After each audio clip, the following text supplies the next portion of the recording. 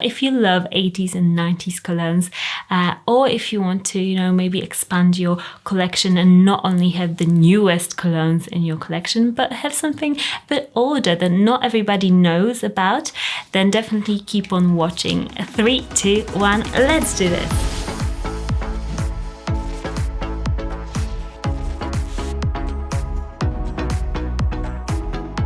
My name is Monika Cioch, and on this channel we talk about colognes from a woman's perspective. So if you love colognes, if you want to hear my opinions about colognes, sometimes I also invite guests, subscribe to this channel and press that notification bell to get notified when I post more. First fragrance I want to talk about is Gio Fahrenheit.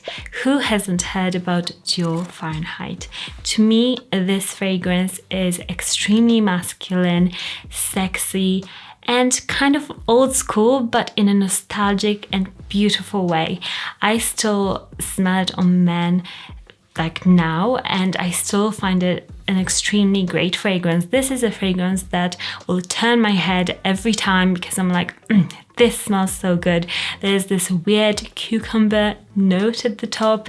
It's a leather fragrance. It just, if you want a masculine fragrance that will stand the test of time, this is definitely it. Next fragrance is Acqua di Gio.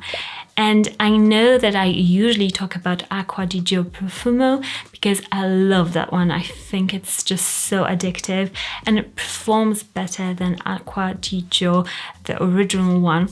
But I still love the original fragrance.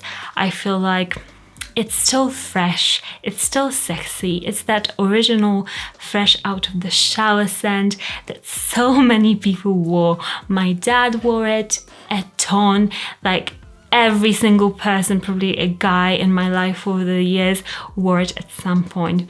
It's just a feel-good fragrance for me when I smell it. It isn't as, current anymore, I don't think. I would prefer Acqua di Gio Profumo to smell on somebody now, but I still love it as a fragrance. I think it's a great release, and I feel like you can still pull it off even now. Next, I want to mention Le Mal. Le Mal is a fragrance that, again, so many people wore. I feel like everybody wore kind of the same thing in 80s, 90s, whereas now there's just so many brands that it's not as common to smell the same fragrance over and over. With Le Mal, it's made by one of my favorite perfumers, Francis Jan. It still smells so good. It's soothing, it's a bit sweet, it's perfect for every day. It's still so good. I do love other flankers of it too. I feel like the one that was just released this year is great, and Ultra Male is also nice. This is just a classic. You can't go wrong with it.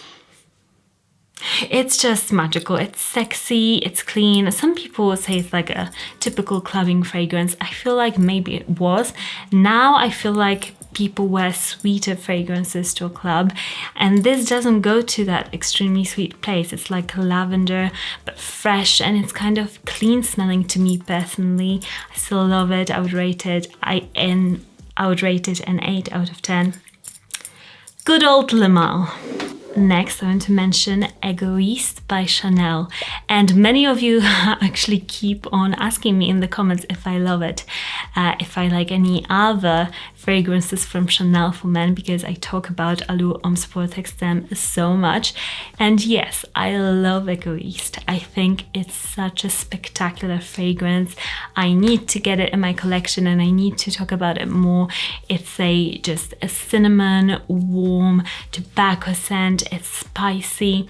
It's very elevated, and I feel like it's so still current now because it has got so many facets in that fragrance. It's like a complicated, in a good way, designer scent, and not many people go for it because I feel like the bottle isn't quite as modern. So I feel like if somebody goes to the Chanel boutique, they won't necessarily go for that, like just the smell, because it kind of looks old school.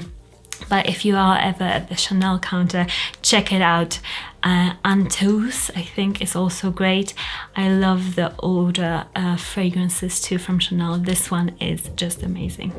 And the next one I want to mention is Old Spice. And, you know, some people might not actually consider this a fragrance, but I think it's just a classic. It's the advertising for it was just so good. It's just been around for ages. I love the scent. I think it's very vintagey smelling, but it's so comforting, still great. And the brand, they just survived, you know, all this time. And especially like all the deodorants and stuff, they've got so many fun scents. Like if you're going for a scent in a deodorant and you don't want it to smell cheap, they make some really, really nice scents. So I would recommend you check them out. And the last one is Colognes Vetiver. And this one, I'm stretching it a little bit because I think it was released in like the early 2000s. But for me, this scent is just class all the way. It will never get old. It doesn't smell vintagey to me. It just smells like classy guy, similar to like Royal Wood that was released a bit later, but this one is just so good if you want a vetiver scent to just carry you through the years and you love vetiver. You must check out this one. It's so good. It's so good, guys. So yeah, let me know what fragrances from this era or 80s and 90s are your favorite. Leave your favorite down in the comments. I would love to hear what are your favorites. I know that I haven't smelled all of them. Like I've never smelled like Drakkar, for example. I really want to smell it, or like some other ones. So let me know what are your favorites, and remember to subscribe, press the notification bell, and I'll see you all again very soon.